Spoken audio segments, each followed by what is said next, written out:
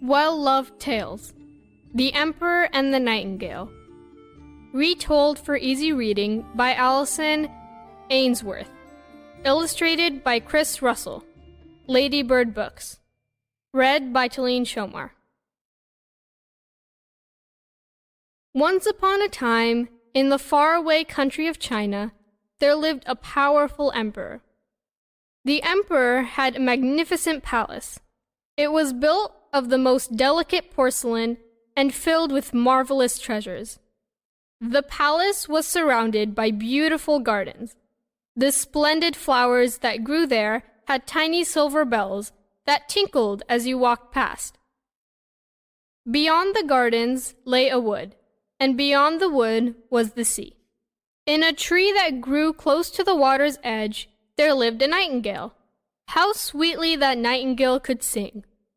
Even the poor fisherman who cast his nets under the branches of her tree stood still to listen to her song. Travelers came from all corners of the earth to visit the emperor's palace. They admired his fine treasures. They marveled at the splendid flowers in his beautiful gardens. But if they were lucky enough to hear the nightingale sing, they all agreed, "This is the best of all." Many books were written about the emperor's palace and its treasures, and it was always the nightingale that was praised above all else. These books were sent all over the world. One of them reached the emperor. The emperor was pleased as he read the fine descriptions of his palace and gardens. Then he read something which surprised him very much. The words, "But the nightingale is the best of all," were written in the book. "What in the world is this?" he cried. "Can there be such a bird in my very own garden that I have never heard of it?" He called his prime minister. "There is said to be a most remarkable bird here, called the nightingale," said the emperor. "They say her song is worth more than all my treasures. Why has no one told me about her?" "I have never heard of her," replied the prime minister, "but I will go and look for her." So the prime minister searched the palace. He ran upstairs, downstairs, along corridors, through many halls and countless rooms. He asked everyone he met about the nightingale, but nobody had heard of her. The prime minister returned to the emperor and said, "Your imperial majesty should not believe everything that is written in books. The person who wrote about the nightingale must have made it up."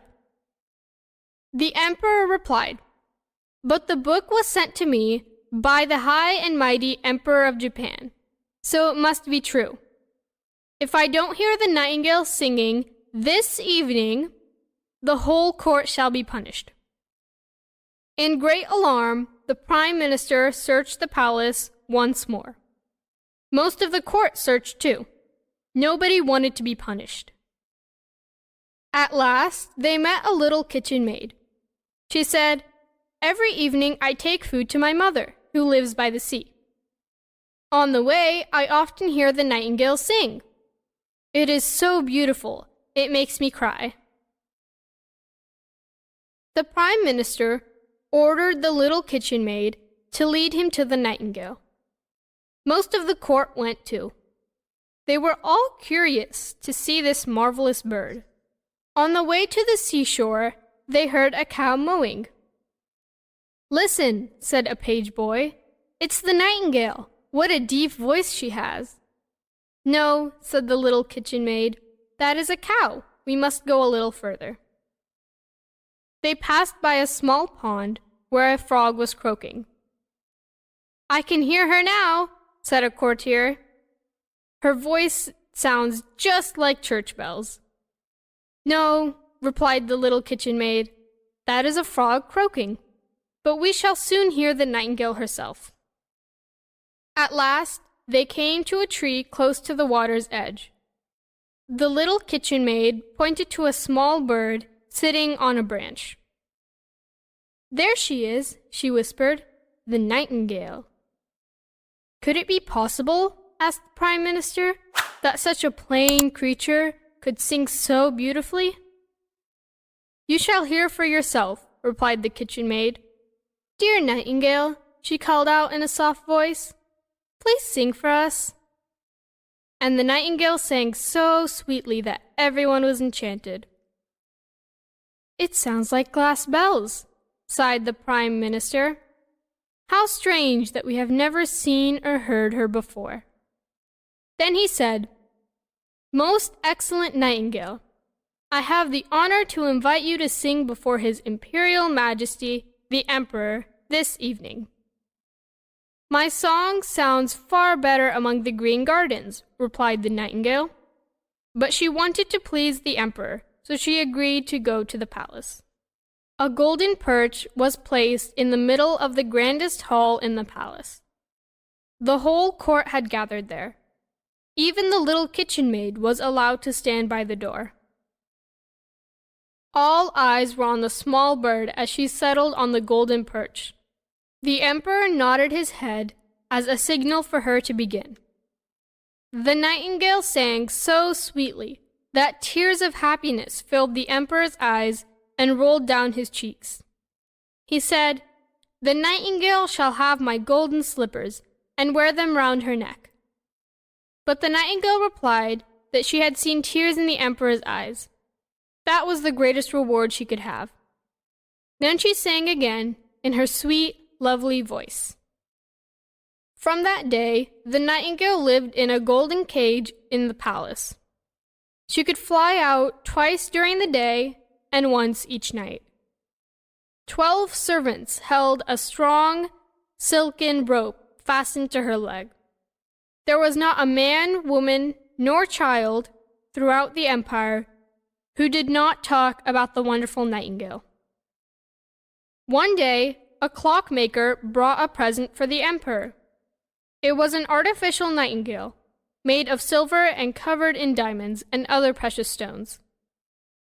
When the bird was wound up with a tiny silver key, it sang one of the real nightingale's tunes. As it sang, its tail, all glittering with gold and silver, moved up and down. The emperor was delighted with his new nightingale. He put it next to the real bird so that the two could sing together. But while the artificial nightingale always sang the same song, the real one sang different notes each time. The clockmaker told everybody that his nightingale was even better than the real one. With the real nightingale, you never know which song she will sing next, he explained. My nightingale will always sing the same song, and you know it will always be perfect. So the artificial bird sang on his own.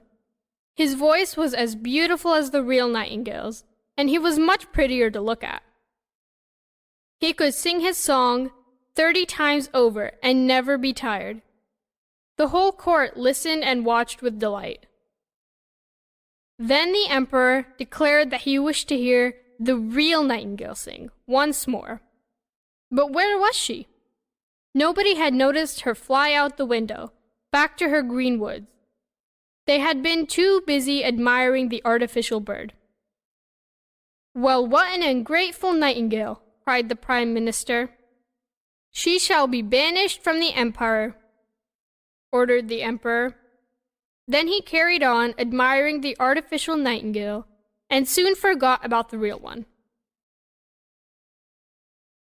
The artificial bird has his own silken cushion close to the emperor's bed. All the presents he had received, gold and silver, lay around him. A year passed. The emperor, the court, and all the people of China knew every note of the artificial nightingale's song.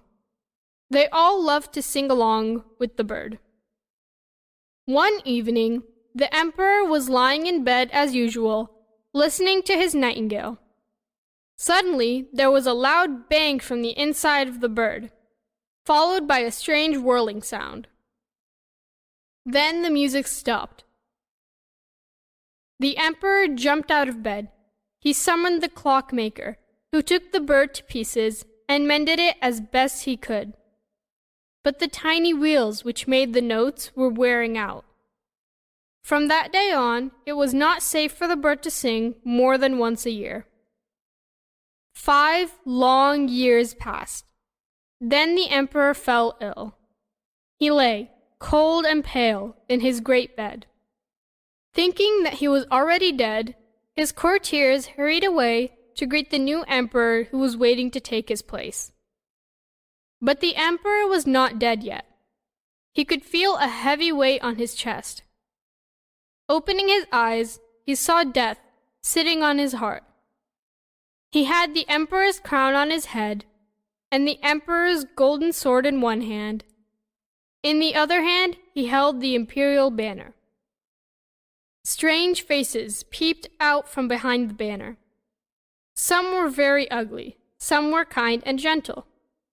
They whispered about the good and bad deeds the emperor had done during his life.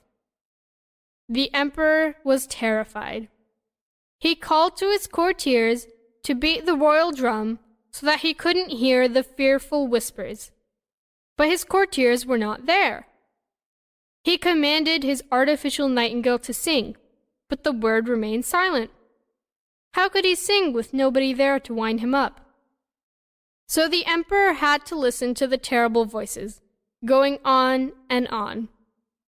All at once, the sweetest sound was heard from outside the window. It was the real nightingale. She had heard that the emperor was dying and had come to pay her respects. As she sang, the awful faces vanished behind the banner. Then the nightingale sang of the quiet churchyard where Death had his home. Like a cold white shadow, Death flew out of the window and returned to his churchyard. The emperor felt much better. He sat up. Tears of happiness shone in his eyes. "Thank you, dear nightingale," he cried. "I banished you from my empire, yet you returned to save me from death. How can I reward you?" "You have already rewarded me," replied the nightingale. "I have seen tears in your eyes, as when I sang to you the first time. Now sleep, and I shall sing to you again." So the emperor slept peacefully. When he woke the next morning, the nightingale was still singing at his window. "You shall stay here forever," said the emperor, "and I shall break the artificial bird into 1,000 pieces."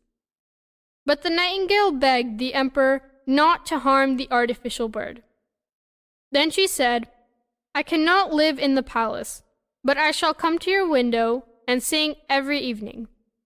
I can bring news of all that happens in your kingdom, but you must promise to tell no one that I sing to you, and all will be well." The emperor promised, and the nightingale flew off into the wood. Soon, the courtiers came to look at their dead emperor, and he sat up and said, "Good morning." Hello. You all deserve thanks and praise. Without you, our channel would not have reached the best ranks, and without your efforts, success would not have been any reach and goals would not have been achieved. You are the basis for raising this channel and the basis for its progress, and you are the ones carrying the torch of success and development.